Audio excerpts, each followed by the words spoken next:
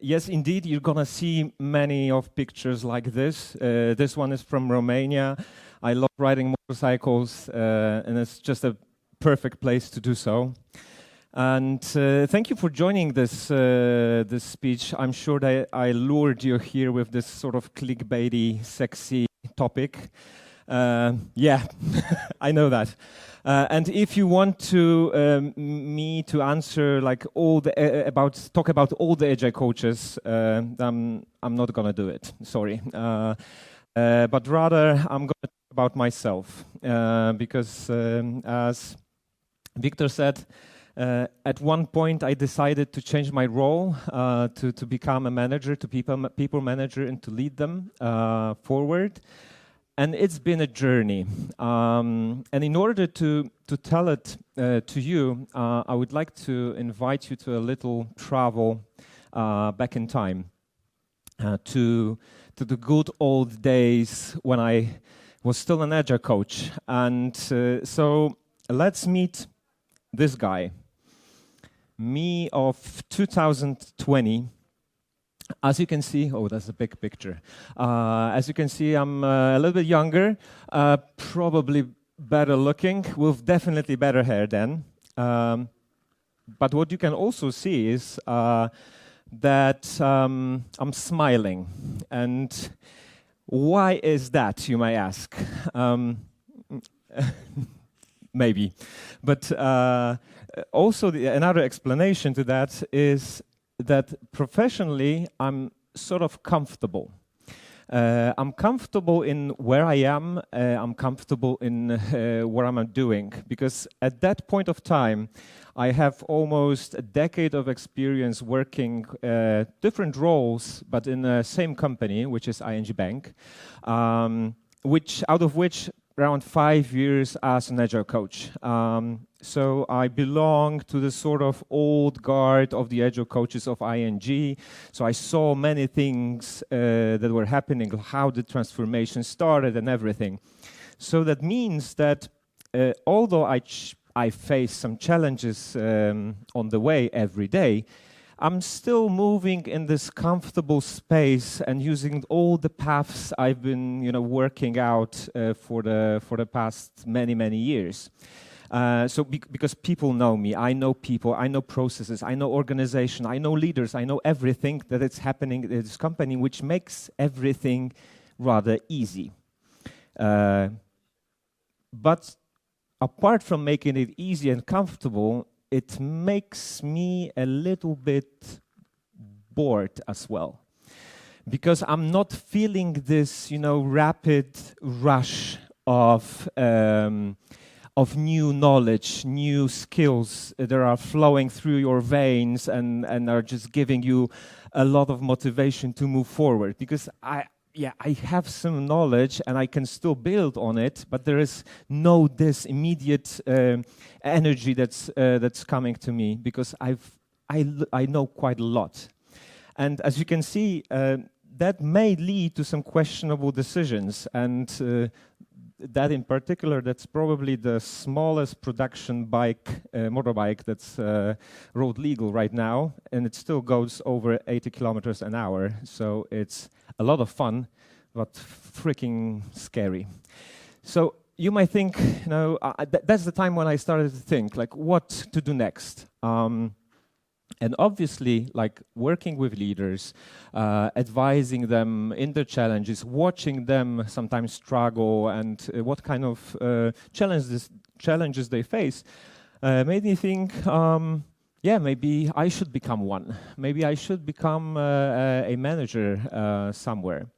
And that's the moment when the universe sometimes brings you what you want. And there was this opening at sister company to ING Bank, which is called ING Hubs, and they were in a need for a lead for Agile coaches there.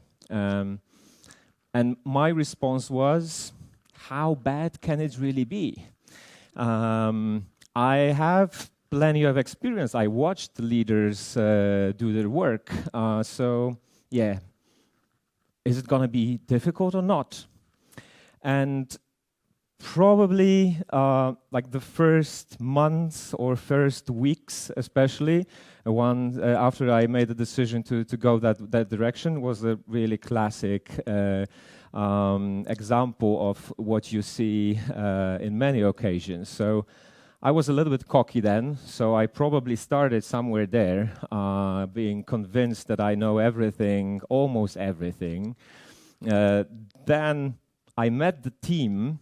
So it was a first wake-up call. Even before I started, it's like, okay, this is gonna be difficult.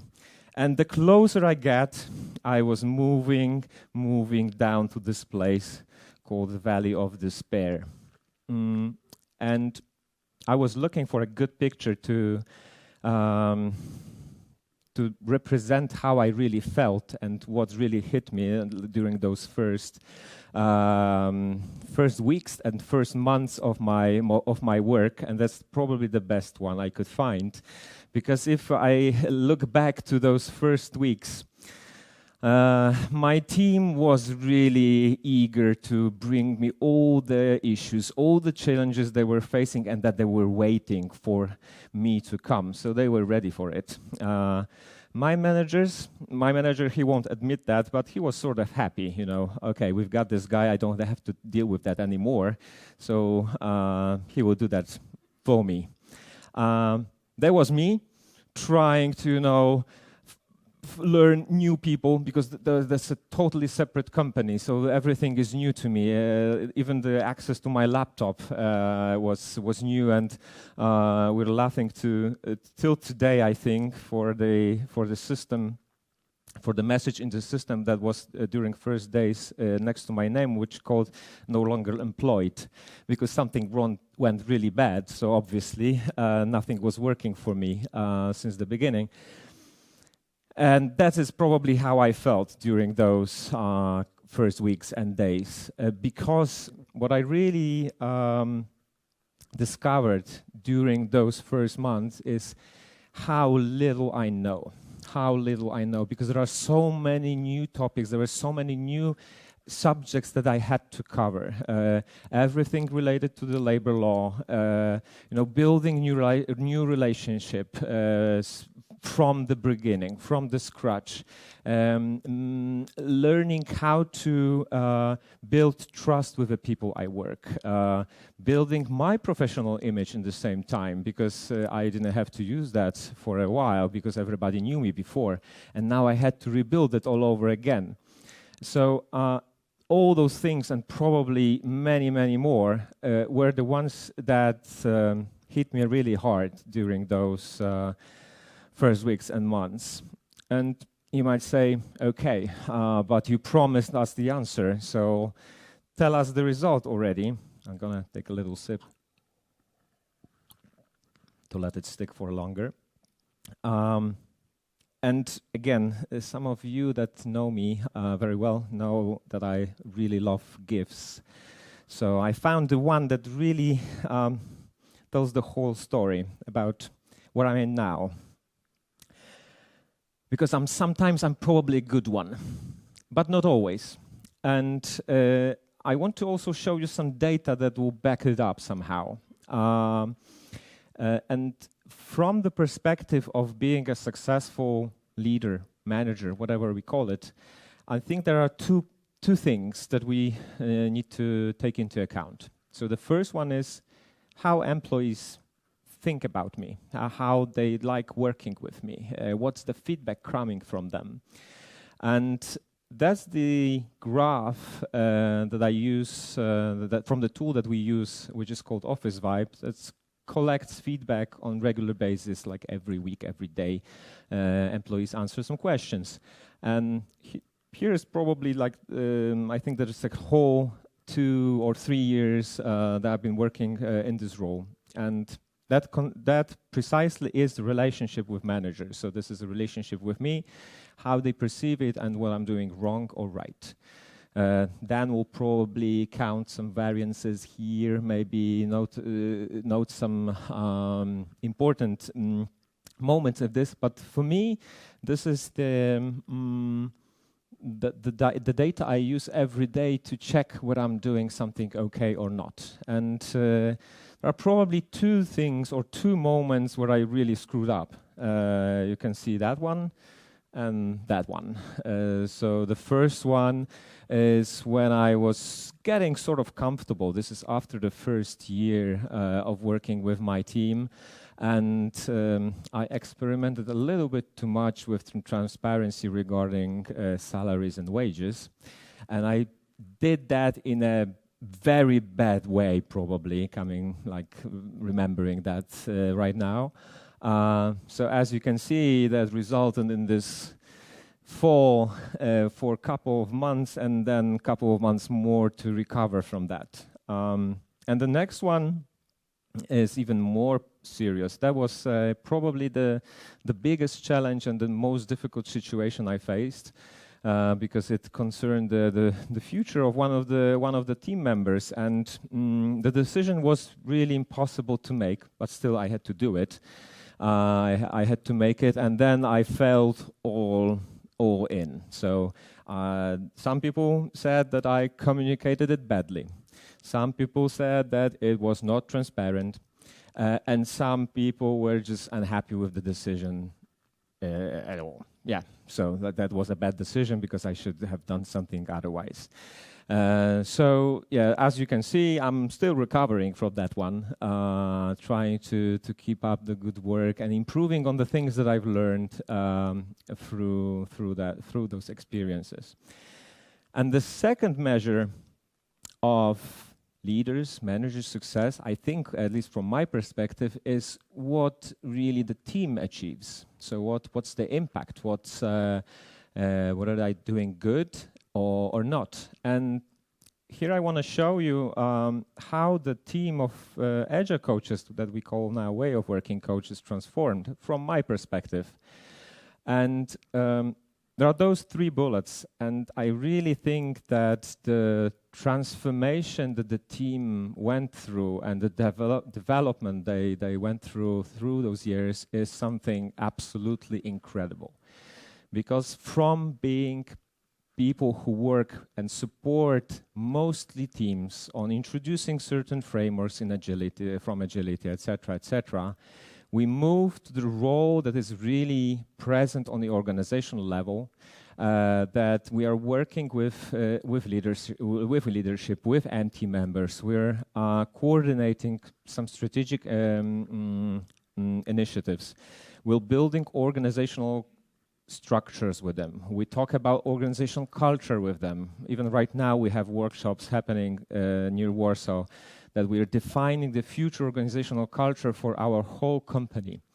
What is more, they are not limited anymore to one certain area of our company. They just can work everywhere they can and use the knowledge, skills, and experience they acquired in the best way possible.